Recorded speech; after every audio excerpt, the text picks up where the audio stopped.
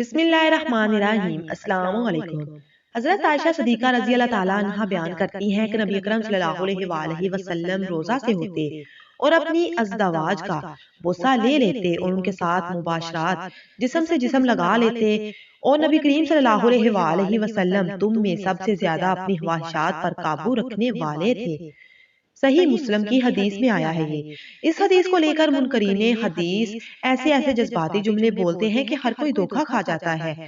مزید تفصیل میں جائے بغیر کہ یہ کیا کرتے ہیں، ہم حدیث کی طرف جاتے ہیں۔ ہمارے ہاں مباشرات میاں بیوی کے جنسی تعلقات اختیار کرنے کو بولا جاتا ہے، لیکن عربی میں مباشرات کا معنی ہے بدن سے بدن ملانا، جسم کا جسم سے مس ہونا، یعنی یہاں مباشرات سے مراد صرف ہاتھ سے چھونا اور دو جسموں کا ملنا۔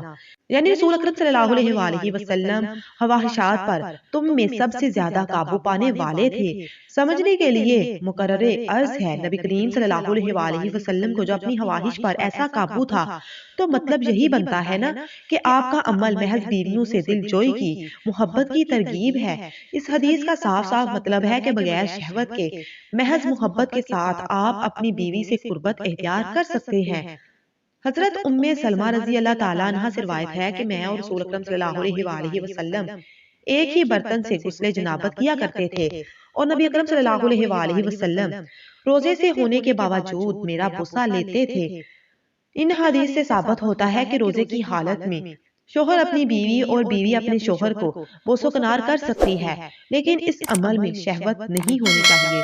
عبداللہ بن عمرو عاص رضی اللہ تعالیٰ عنہ کہتے ہیں کہ نبی کریم صلی اللہ علیہ وآلہ وسلم کو یہ خبر پہنچی کہ میں لگاتار رمضان کے روزوں کے علاوہ بھی پورا سال روزے رکھتا ہوں اور ساری رات نماز پڑھتا ہوں، تو آپ صلی اللہ علیہ وآلہ وسلم نے کسی کو میرے پاس بھیجا۔ میں آپ صلی اللہ علیہ وآلہ وسلم سے ملا تو آپ صلی اللہ علیہ وآلہ وسلم نے فرمایا کہ مجھے خبر ملی ہے کہ تم لگاتار روزے رکھتے ہو، درمیان میں افطار نہیں کرتے اور ساری رات نماز پڑھتے ہو۔ ایسا مت کرو، اس لیے کہ تمہاری آنکھوں کا بھی کچھ حصہ ہے اور تمہاری ذات کا بھی کچھ حصہ ہے اور تمہاری بیوی کا بھی۔ بس تم روزہ رکھو اور افطار بھی کرو اور نماز نفلی بھی پڑھو اور نیند بھی کرو، اور ہر 10 دن میں ایک روزہ رکھ لیا کرو کہ تمہیں اس سے باقی 9 دن روزہ رکھنے کا ثواب بھی ملے گا۔ رسول اکرم صلی اللہ علیہ وآلہ وسلم نے فرمایا، اللہ تعالیٰ فرماتا ہے کہ بنی آدم کا ہر عمل اس کے لیے ہے سوائے روزے کے، کہ وہ خاص میرے لیے ہے اور میں ہی اس کا بدلہ دوں گا، اور روزہ گناہوں سے سپر ڈال ہے۔ پھر جب کسی کا روزہ ہو تو اس دن گالیاں نہ بکے اور آواز بلند نہ کرے۔ پھر اگر کوئی اسے گالی دے یا لڑنے کو آئے تو کہہ دے کہ میں روزے سے ہوں، اور قسم ہے اس ذات کی جس کے ہاتھ میں محمد صلی اللہ علیہ وآلہ وسلم کی جان ہے، کہ بے شک روزہ دار کے منہ کی بو اللہ تعالیٰ کے نزدیک قیامت کے دن مشک کی خوشبو سے زیادہ پسندیدہ ہے۔ اور روزہ دار کو 2 خوشیاں ملتی ہیں جن سے وہ خوش ہوتا ہے، ایک تو وہ اپنے افطار سے خوش ہوتا ہے، دوسرا وہ اس وقت خوش ہوگا جب وہ اپنے روزے کے سبب اپنے پروردگار سے ملے گا۔